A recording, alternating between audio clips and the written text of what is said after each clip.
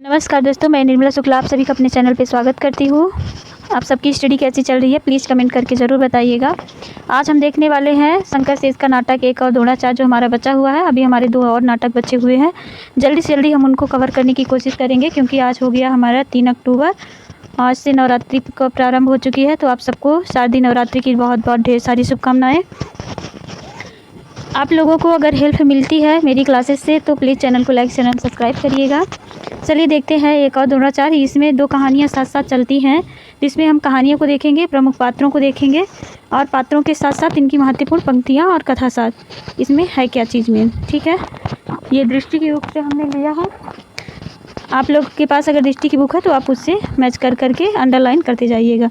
जो main important quotation होगा, जो मेन इंपॉर्टेंट लाइन होंगी जहाँ से क्वेश्चन बनने की संभावना रहेगी, और जिनके पास बुक नहीं है वो पेन कॉपी ले करके बैठें और नोट डाउन करते रहें। Thank you. चलिए देखते हैं, क्लास शुरू करते हैं। एक और द्रोणाचार्य शंकर शेष द्वारा लिखा गया नाटक है। इसका प्रकाशन वर्ष 1977 है। 2 भागों में विभाजित यह नाटक है। पौराणिक कथा महाभारत के माध्यम से आज की शिक्षा व्यवस्था में व्याप्त भ्रष्टाचार को रेखांकित करता हुआ इसके प्राचीन परंपरा से जोड़ता है। ठीक है, तो ये जो नाटक हम पढ़ने जा रहे हैं, तो यह नाटक महापौराणिक कथा महाभारत के माध्यम से आज तक की शिक्षा व्यवस्था में व्यंग भ्रष्टाचार को रेखांकित करता हुआ है। ठीक है ना, तो ये मतलब कि पौराणिक चीज़ों से रिलेटेड करके हमारी आधुनिक की जो शिक्षा व्यवस्था है उस पर व्यंग किया गया है। ठीक है, व्यंग भ्रष्टाचार, व्याप्त जितने भ्रष्टाचार हैं, व्यंग नहीं मतलब भ्रष्टाचार को दिखाया गया है कि कितने भ्रष्टाचार है। विषय वस्तु के बारे में देखते हैं। शंकर शेष द्वारा रचित नाटक एक और द्रोणाचार्य एक ऐसा नाटक है जिसमें आधुनिक शिक्षा अरविंद की तुलना द्रोणाचार्य से की गई है। अरविंद की तुलना किससे की गई है? द्रोणाचार्य से की गई है। इस चीज़ को याद रखिएगा कि अरविंद की तुलना किससे की गई है, नोट से बनाने वाले। ठीक है ना, एक द्रोणाचार्य से की गई है, जो द्रोणाचार्य की तरह अपनी समस्याओं से बचने के लिए अपने सिद्धांतों से समझौता कर लेता है और धीरे धीरे पाप और कुकर्म के दलदल में धंसता चला जाता है। अरविंद जो है वो पाप और कुकर्म के दलदल में क्या होता है, धंसता चला जाता है। किसकी तरह? द्रोणाचार्य की तरह। ये महाभारत से रिलेटेड करके इसमें 2 कहानियाँ साथ साथ चलती हैं। ठीक है ना, एक अरविंद कॉलेज के स्तर को दिखाया गया है और एक कहानी में महाभारत से उससे तुलना करता रहेगा। ठीक है,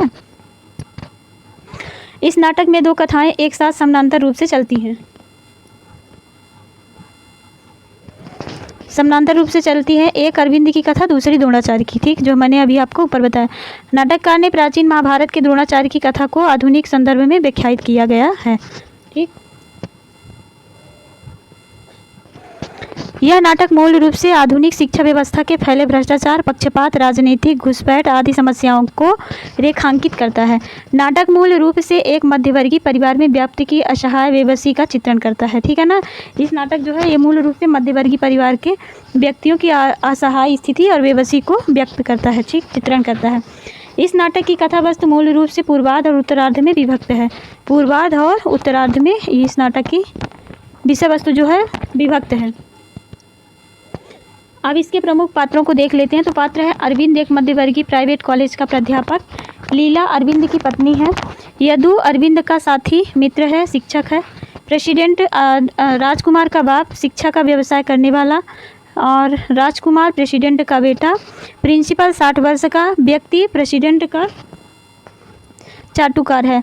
विमलेंदु अरविंद का मित्र अध्यापक जिसकी हत्या हो चुकी होती है।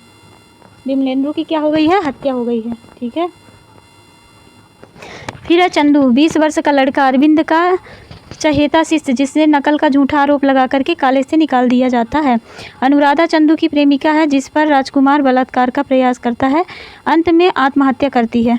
ठीक है, अनुराधा की हत्या हो जाती है। प्रेसिडेंट चंदू को नकल करते पकड़ने वाले प्राध्यापक। फिर है सुदीप, अरविंद का बेटा। अब देखिए महाभारत कालीन पात्र कौन कौन से हैं। तो महाभारत कालीन पात्र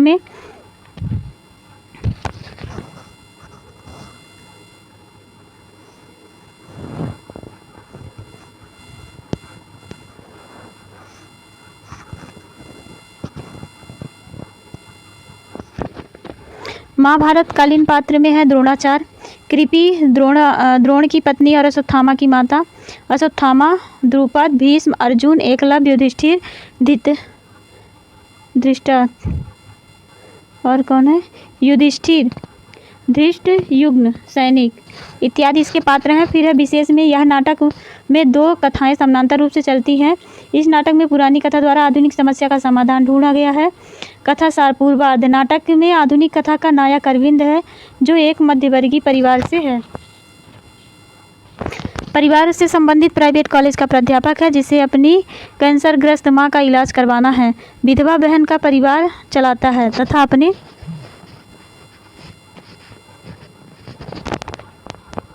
बेटे को मेडिकल कॉलेज में भेजना है। इन सारी जिम्मेदारियों के बावजूद वे अपने सिद्धांत के अनुसार कॉलेज के प्रेसिडेंट के बेटे राजकुमार को परीक्षा में नकल कराते हुए पकड़ लेता है, किंतु अपने मित्र यदु, पत्नी लीला और प्रिंसिपल के कहने पर राजकुमार की रिपोर्ट नहीं भेजता है तथा प्रेसिडेंट के साथ मिलकर कॉलेज का प्रिंसिपल बन जाता है। इसके प्रिय शिष्य चंदू को कॉलेज से बाहर निकाल दिया जाता है। नाटक में अरविंद एक मृत विमलेंद्र बार आता है, जो उसे अपने द्वारा रचित द्रोणाचार्य नाटक सुनाता है, जो महाभारत काल के द्रोण की कथा पर आधारित है। इस कथा में अश्वत्थामा का कृपि से दूध पीने की याचना करना, द्रोणाचार्य का द्रुपद के पास मदद मांगने के लिए जाना, द्रुपद द्वारा द्रोणाचार्य का अपमान करना, भीष्म के कहने और पत्नी के कृपि के दबाव के कारण द्रोणाचार्य का पांडवों तथा कौरवों का गुरु बनाना तथा अंत में अर्जुन के सामने एकलव्य के गुरु दक्षिणा में उनका अंगूठा मांग लेने की कथा का वर्णन है।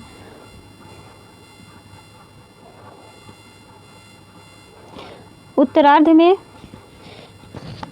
की कथा का आरंभ लीला के सुख से के बीते रहे जीवन से होता है, जहां अचानक अरविंद आकर कहता है कि अपने प्रेसिडेंट के गुंडे बेटे राजकुमार को अपने ही कॉलेज की एक लड़की अनुराधा के साथ बलात्कार करने की कोशिश करते हुए पकड़ा गया और वह उसे ज़रूर सज़ा दिलवाएगा। यहाँ भी उसे उसका मित्र यदु और पत्नी लीला रोकती है, लेकिन वह नहीं मानता है। अनुराधा जब उसके घर पूछने आती है कि वह उसकी मदद करेगा या नहीं, तथा तभी प्रेसिडेंट उसकी धमकी देता है कि अगर वह अनुराधा की मदद करेगा तो वह उस पर गबन का आरोप लगा करके जेल भेज देगा। एक बार फिर अरविंद को अपनी पारिवारिक सुख के लिए अपने सिद्धांतों से समझौता करना पड़ता है। इस पर अनुराधा बताती है कि उसके प्रेमी चंदू ठीक ही कहता है कि आप बड़े बड़े निरर्थक शब्द थूकने वाले नपुंसक बुद्धिवादी हैं। इस घटना से आहत होकर के अनुराधा आत्महत्या कर लेती है। यहाँ फिर विमलेंदु की छात्री प्रेम रूप में आती है, जो अरविंद को यह बताता है कि अनुराधा की मृत्यु के जिम्मेदार 3 लोग हैं।